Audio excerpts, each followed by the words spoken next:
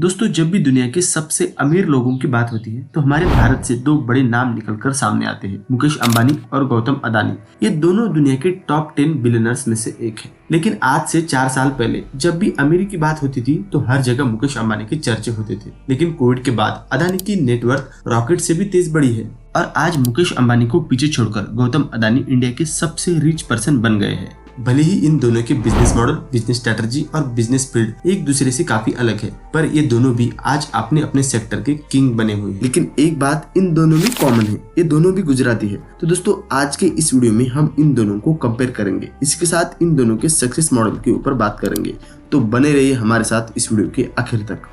आज मुकेश अंबानी जिन बिजनेस के बलबूते पर इस मुकाम पर है, इसका पूरा श्रेय जाता है उनके पिता धीरूभाई अंबानी को, क्योंकि उन्होंने यमन में नौकरी करके थोड़े थोड़े जमा किए हुए पैसों से रिलायंस कमर्शियल कॉर्पोरेशन खड़ा किया था, जिसमें धागे और मसालों का व्यापार होता था। इसके बाद उन्होंने कपड़ों के मार्केट में अपने पैर पसारे। उन दिनों धीरूभाई ने विमल ब्रांड के नाम से अपना एक ब्रांड मार्केट में लॉन्च किया था। खुद की बेस्ट मार्केटिंग स्ट्रेटजीज और हार्ड वर्किंग से अब रिलायंस ग्रुप 70 करोड़ की कंपनी बन चुका था। और 2002 में जब धीरूभाई अंबानी का निधन हुआ तब रिलायंस इंडस्ट्रीज 75,000 करोड़ रुपए की कंपनी बन चुकी थी। आगे चलकर मुकेश और उनके भाई अनिल अंबानी में बंटवारा हुआ और दोनों अलग हुए। आज मुकेश अंबानी अपने पापा से मिली विरासत को बड़े अच्छे से संभाल रहे हैं और आज रिलायंस इंडस्ट्रीज की वैल्यू 13 लाख करोड़ रुपए से भी ज्यादा है। मुकेश अंबानी को यह बिजनेस अपने पापा से मिले, पर गौतम अदानी के साथ ऐसा बिल्कुल नहीं हुआ। वो आज जो भी है वह अपने खुद के दम पर है। एक समय था जब गौतम अदानी के पास खुद की बाइक खरीदने तक के पैसे नहीं थे। वह जब 16 साल के थे तब घर घर जाकर साड़ियां बेचा करते थे।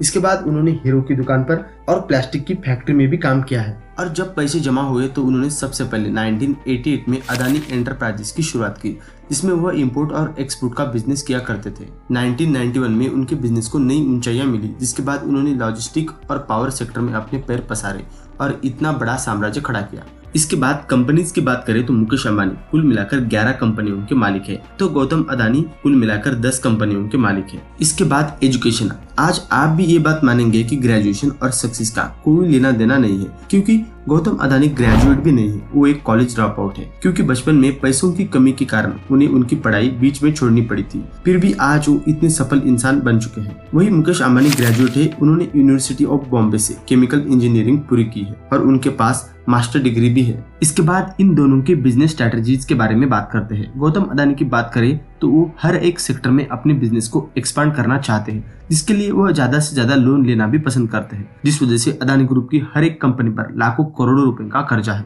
इनके मेन बिजनेसेस में port, logistic, power, gas, green energy, transmission, cement और एग्रीकल्चर सेक्टर शामिल है। वही दूसरी तरफ मुकेश अंबानी जी पहले से ही एक ही स्ट्रेटजी पर काम करते हैं। वह एक टाइम पे एक ही बिजनेस पर काम करते हैं और जब तक वह बिजनेस को सक्सेस नहीं मिलती वह दूसरे बिजनेस में इन्वॉल्व होने से बचते हैं। इनके मेन बिजनेसेस में पेट्रोल, रिटेल सेक्टर और जियो टेलीकम्युनिकेशन जैसे मेन बिजनेसेस शामिल है।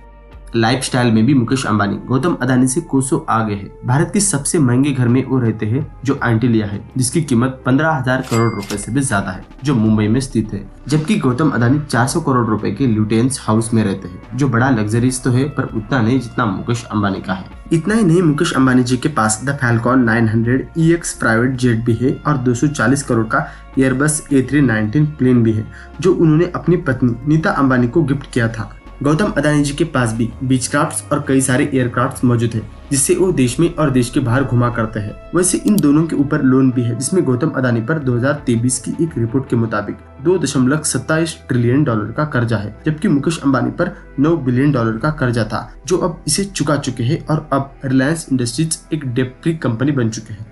तो दोस्तों, ये थे भारत के 2 सबसे बड़े उद्योगपति जिनका हमने इस वीडियो में कंपैरिजन किया है। आज का ये वीडियो आपको कैसा लगा हमें नीचे कमेंट करके जरूर बताइए और चैनल को सब्सक्राइब करना ना भूलें।